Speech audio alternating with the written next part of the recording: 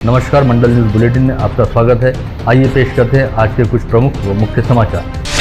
अकोला में रहने वाले 63 वर्षीय बुजुर्ग व्यक्ति की गुइलिन बेरे सिंड्रोम यानी जीबीएस नामक बीमारी के संक्रमण की चपेट में आने के चलते सरकारी अस्पताल में इलाज के दौरान मौत हो गई। इसके साथ ही अकोला जिले में जीबीएस संक्रमण की वजह से मरने वालों की संख्या 2 पर जा पहुंची है। इस 63 वर्षीय बुजुर्ग व्यक्ति को इलाज हेतु पहले शहर के निजी अस्पताल में भर्ती कराया गया था, जहाँ पर स्थिति गंभीर होते देख इस मरीज को सरकारी मेडिकल कॉलेज में रेफर किया गया, जहाँ इलाज जारी रहने के दौरान इस मरीज की शुक्रवार की रात मौत हुई। अकोला जिले में अब तक जहाँ एक और जीबीएस संक्रमण की चपेट में आए 2 लोगों की मौत हो चुकी है, वहीं 2 मरीजों पर इलाज भी जारी है।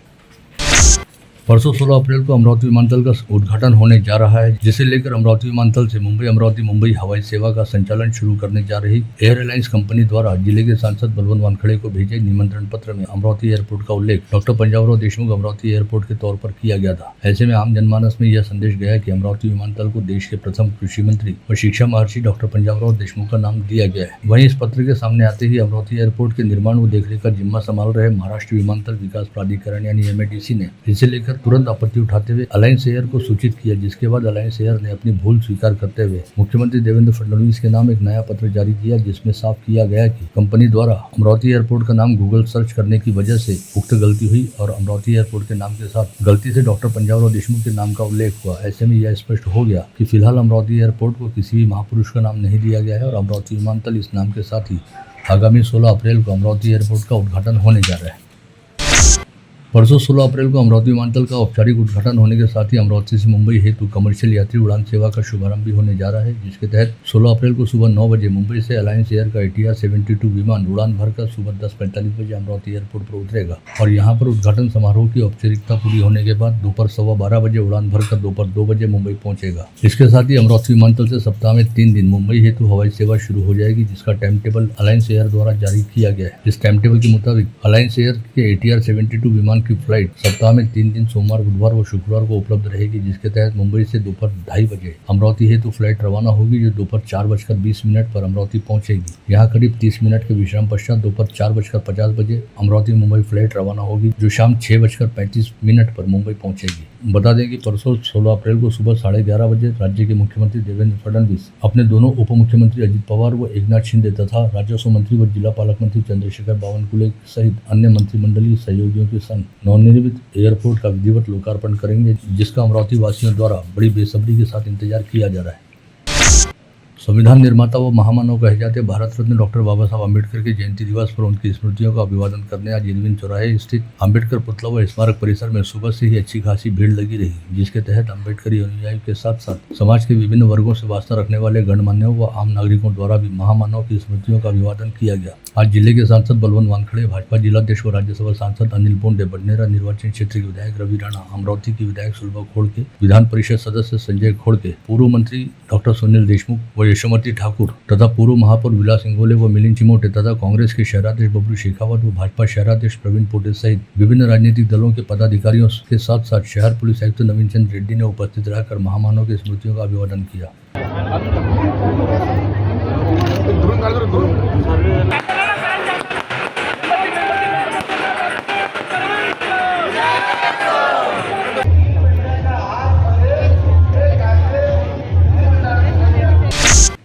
इरविन चौराहे पर महामानव डॉक्टर बाबा साहब अम्बेडकर की 134वीं जयंती निमित्त कल रात 12 बजते ही 134 किलो का विशालकाय केक काटकर अम्बेडकर जयंती की खुशियां मनाई गई और महामानव की स्मृतियों का अभिवादन किया गया। इस समय शहर पुलिस आयुक्त नवीन चंद्र रेड्डी, रिपाई नेता राजेंद्र गवई, बिल्डर व उद्योजक रूपचंद खंडेलवाल सहित अनेकों गणमान्य उपस्थित थे।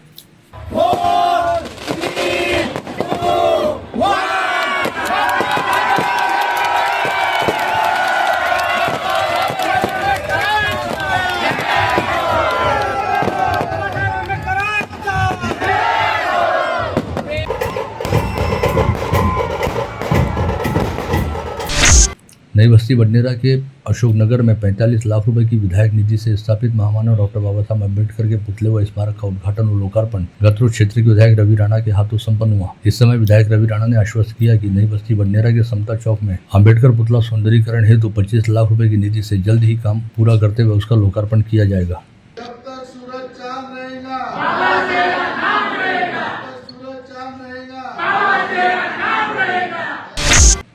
भारतीय जनता पार्टी की शहर इकाई द्वारा आज अम्बेडकर जयंती निमित्त इरविन चौक पर महामानव के पुतले पर माल्यार्पण कर अभिवादन किया गया। इस समय पूर्व मंत्री व भाजपा शहराध्यक्ष प्रवीण पोटे पाटिल ने कहा कि भारतीय संविधान के शिल्पकार व सामाजिक न्याय के प्रणेता डॉक्टर अम्बेडकर के विचार हमेशा ही प्रेरणादायी रहेंगे।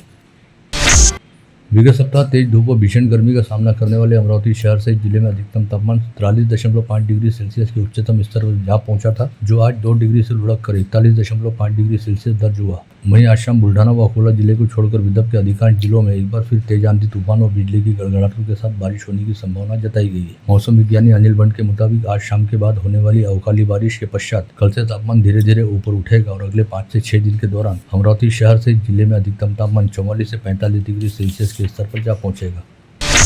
भाजपा नेत्री व पूर्व सांसद नवनीत राणा द्वारा लगातार किए गए प्रयासों के चलते भुसावल जंक्शन से गया जंक्शन तक रेलगाड़ी शुरू हुई है, जिसके चलते विदर्भ सहित राज्य के हजारों लाखों भाविक इस ट्रेन के जरिए पवित्र धार्मिक स्थल बोधगया जा सकते हैं। जिस पर अपनी प्रतिक्रिया देते हुए पूर्व सांसद नवनीत राणा ने कहा कि बोधगया के लिए ट्रेन शुरू करने का उन्हें काफी समाधान है और बोधगया के महामंत्री भिक्खु प्रज्ञादीप महाथेरो के मार्गदर्शन में उन्हें यह सफलता मिली है, जिसके लिए पूर्व सांसद नवनीत राणा ने प्रधानमंत्री नरेंद्र मोदी व केंद्रीय गृह मंत्री अमित शाह के प्रति आभार भी ज्ञापित किया है।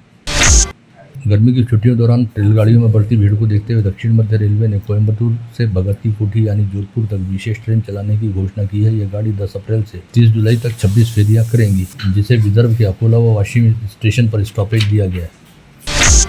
आगामी 5 साल के लिए जिले की 725 ग्राम पंचायतों में सीधे सरपंच पद के लिए महिला ड्रॉ का मुहूर्त आखिर निकला है। 23 व 24 अप्रैल को तहसील स्तर पर ड्रॉ निकाले जाएंगे। ऐसे आदेश जिलाधीश सौरभ कटियार ने 13 अप्रैल को सभी एसडीओ व तहसीलदार को दिए।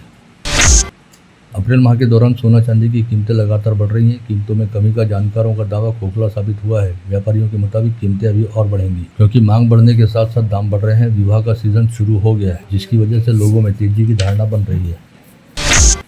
राकांपा अजित पवार गढ़ के प्रस्ताव पर दरियापुर के अकोला रोड स्थित संत गाड़गे बाबा सुदगिरनी की जगह पर ग्रंथालय व अभियांत्रिकी महाविद्यालय स्थापित करने हेतु विशेषज्ञ दल ने रविवार को प्रत्यक्ष अवलोकन किया। इस दल में अमरावती के सरकारी अभियांत्रिकी महाविद्यालय के प्राचार्य आशीष महले व प्राध्यापक गोपाल भुतड़ा का समावेश रहा। सिंध हिंद के सरताज अमर शहीद संत कंवरराम साहिब की 140वीं जयंती महोत्सव का आयोजन 13 से 15 अप्रैल तक भानखेड़ा रोड स्थित संत कंवरराम धाम में संतों व महापुरुषों की उपस्थिति में विभिन्न धार्मिक, सामाजिक व सांस्कृतिक कार्यक्रमों के साथ मनाया जा रहा है।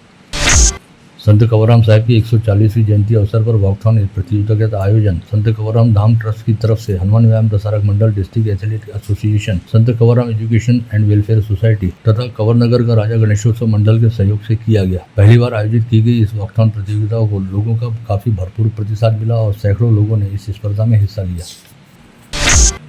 भाजपा के ग्रामीण जिलाध्यक्ष और राज्यसभा सांसद अनिल बोंडे की संकल्पना के तहत पूरे साल भर चलाए जाने वाले सांसद रक्तदान अभियान के तहत विगत शनिवार और रविवार को 2 स्थानों पर भव्य रक्तदान शिविरों का आयोजन किया गया। शनिवार 12 अप्रैल को हनुमान जयंती पर्व के निमित्त वरुड़ स्थित घटाजी हनुमान देवस्थान में रक्तदान शिविर आयोजित हुआ। वहीं कल रविवार 13 अप्रैल को शहर के वरिष्ठ विधिज्ञ प्रशांत देशपांडे के जन्म दिवस पर रक्तदान शिविर आयोजित किया गया। दोनों रक्तदान शिविरों में अनेकों गणमान्यों की उपस्थिति रही तथा कई रक्तदाताओं ने स्वयं रूप से रक्तदान किया। साल भर चलने वाले इस अभियान में दैनिक अमरावती मंडल व दैनिक मातृभूमि मीडिया पार्टनर है।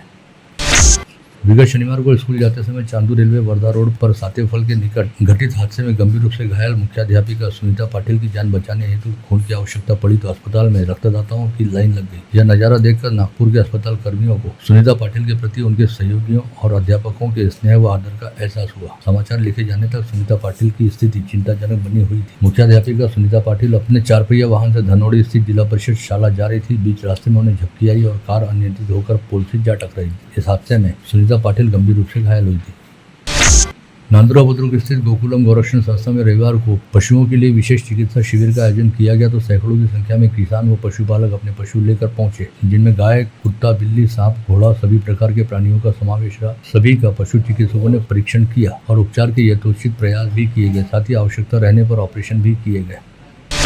शहर के कैंप रोड स्थित रिफॉर्म क्लब के पुल साइड लॉन में 12 अप्रैल की शाम गीत रामायण का कार्यक्रम संपन्न हुआ, जिसमें शहर के विख्यात हृदय रोग विशेषज्ञ प्रफुल्ल कडू व उनकी धर्मपत्नी संगीता कडू की टीम ने गीत रामायण की शानदार प्रस्तुति दी। इस अवसर पर रिफॉर्म क्लब के अध्यक्ष सोमेश्वर निर्मल व सचिव राजेश राघानी सहित सभी कार्यकारिणी सदस्य उपस्थित थे। हनुमान जयंती के अवसर पर शनिवार 12 अप्रैल को विधान परिषद के नवनिर्वाचित सदस्य संजय खोड़के ने बुधवारा के आजाद हिंद मंडल के जागरूक हनुमान मंदिर को भेंट दी। इस अवसर पर मंदिर के पदाधिकारियों द्वारा विधायक संजय खोड़के का भावपूर्ण स्वागत किया गया। शनिवार को हनुमान जयंती के अवसर पर श्रीनाथवाड़ी के हनुमान मंदिर का जीर्णोद्धार कर भूमि पूजन किया गया। इस समय राष्ट्रवादी व कांग्रेस पार्टी के नेता यश खोड़के व मित्र परिवार एवं परिसर के सभी नागरिक उपस्थित थे। सावनपुरा मित्र परिवार की तरफ से ईद मिलन का कार्यक्रम आयोजित किया गया, जिसमें विधान परिषद सदस्य संजय खोड़के तथा उनके सुपुत्र यश खोड़के प्रमुख रूप से उपस्थित थे। विगत 7 अप्रैल को धामनगांव रेलवे स्टेशन से विदर्भ एक्सप्रेस के एसी फर्स्ट क्लास में सवार हुई बुर्खाधारी महिला ने टीटी द्वारा टिकट मांगे जाने पर जमकर हुज्जतबाजी की और सहयात्रियों को भी एक एक कर देख लेने की धमकी दी, जिसके चलते विदर्भ एक्सप्रेस के एसी कोच में अच्छा खासा हंगामा मचा। वहीं शेरगांव पहुंचते ही उक्त महिला एसी कोच से उतरकर तुरंत एक अन्य कोच में सवार हो गई और आगे की यात्रा पर रवाना हुई। ऐसे में अब शेरगांव रेलवे पुलिस इस महिला की तलाश कर रही है। इस पूरी घटना का एक वीडियो भी सामने आया है, जो सोशल मीडिया पर जमकर वायरल हो रहा है। जिला ग्रामीण पुलिस के विभिन्न पुलिस थानों में लंबी अवधि से जब्त पड़े माल व साहित्य का निपटारा करने की विशेष मुहिम के तहत जिले के 22 पुलिस थानों में राज्य उत्पाद शुल्क विभाग व पुलिस की ओर से संयुक्त तौर पर की गई कार्रवाई के तहत जब्त किए गए 47,74,000 मूल्य के शराब के स्टॉक को गत रोज नियमानुसार नष्ट कर दिया गया। नांदगांव खंडेश्वर तहसील के धर्मापुर गांव में बड़े भाई ने छोटे भाई पर लाठी से हमला कर उसे मौत के घाट उतारा। पुलिस ने हरिदास चौके नामक संदिग्ध को गिरफ्तार कर उसे न्यायिक हिरासत के तहत जेल रवाना किया। मृतक का नाम अविनाश चौके बताया गया है। यह घटना मंगरूल चौहाला थाना क्षेत्र में घटित हुई थी। मोरसी से चांदूर बाजार मार्ग पर खानापुर अष्टगांव के निकट गत रोज मजदूर लेकर जा रहा पिकअप वाहन पलटने से 22 वर्षीय मजदूर की मौत हो गई, जबकि 8 अन्य लोग घायल हो गए। घायलों में से 2 की हालत चिंताजनक रहने के चलते उन्हें अमरावती के जिला सामान्य अस्पताल में भर्ती कराया गया। दुपहिया वाहन पर सवार होकर जा रहे युवक पर पीछे से स्प्लेंडर मोटरसाइकिल पर आए 2 युवकों ने कोई कारण न रहते हुए बेवजह चाकू से हमला कर उसे गंभीर रूप से घायल किया और उसके साथ मारपीट भी की। यह घटना चपरासीपुरा चौक के कमल डेली नेट दुकान के सामने घटित हुई। हमले में घायल युवक का नाम धम्मा नंदगौली बताया गया है। सिंधुरिया घाट पुलिस थाने में 12 अप्रैल को उजागर हुए हत्याकांड के बाद मृतक की पत्नी ने जहर घुटक कर खुदकुशी करने का प्रयास किया। यह घटना 13 अप्रैल को दोपहर में जामठी गांव में घटित हुई। गंभीर अवस्था में पहुंची महिला को तुरंत वरुण के उपजिला अस्पताल में भर्ती कराया गया। शादी से इनकार करने वाले प्रेमी पर ब्लेड से जानलेवा हमला करते हुए प्रेमिका ने अपने प्रेमी पर दुराचार करने का आरोप भी लगाया। 11 अप्रैल की शाम अचलपुर से रासेगांव मार्ग के नर्सरी के पास एक जानलेवा हमला घटित होने की घटना घटित हुई। इस मामले में सरवासपुरा पुलिस ने 12 अप्रैल को प्रेमी व प्रेमिका के खिलाफ हत्या का प्रयास, बलात्कार व एट्रॉसिटी एक्ट के तहत 2 अलग अलग मामले दर्ज किए। राजापेट थाना क्षेत्र से एक बालिका के खो जाने का समाचार है। वरिष्ठ पुलिस निरीक्षक ने इस बारे में गुम हुई बच्ची के फोटो व हुलिया जारी करते हुए आम जनता से सहयोग मांगा है। पुलिस ने इस बच्ची के बारे में कोई भी जानकारी होने पर राजापेट थाने से संपर्क करने का आह्वान किया।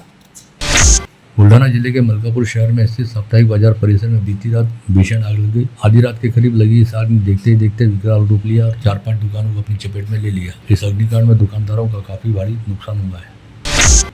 तलेगांव श्यामजीपन के आष्टी मोड़ मार्ग पर स्थित होटल में शॉर्ट सर्किट के कारण आग लगने से लाखों रुपए का साहित्य जलकर खाक हो गया। यह घटना 13 अप्रैल को दोपहर 2:30 बजे के दौरान घटित हुई। जिस होटल में यह आग लगी उसका नाम बैट एंड बॉल बताया गया है। आग लगने से कुछ ही समय पहले वर्धा के जिला पालक मंत्री पंकज भोयर व विधायक समीर कुनावार भी उस होटल में मौजूद थे, जिन्होंने वहां पर भोजन किया और पश्चात वे होटल के VIP कक्ष में चर्चा करने के लिए चले गए। वहां से बाहर निकलते ही होटल में अचानक आग लगी। भातकुली के तहसीलदार पर ट्रक चढ़ाकर उनकी हत्या करने की कोशिश रेत माफियाओं द्वारा की गई। यह घटना 12 अप्रैल को शाम भातकुली से ज्ञान ज्योति स्कूल रोड पर घटित हुई। भातकुली पुलिस ने तहसीलदार की शिकायत के आधार पर 3 लोगों के खिलाफ आपराधिक मामला दर्ज किया। अकोला जिले के पातुर शहर में हनुमान जयंती की रात 60 वर्षीय बुजुर्ग व्यक्ति की हत्या कर दी गई। अज्ञात आरोपी द्वारा किए गए हमले में बुजुर्ग की घटनास्थल पर मौत हो गई। अकोला पुलिस का विशेष दल मामले की जाँच कर रहा है।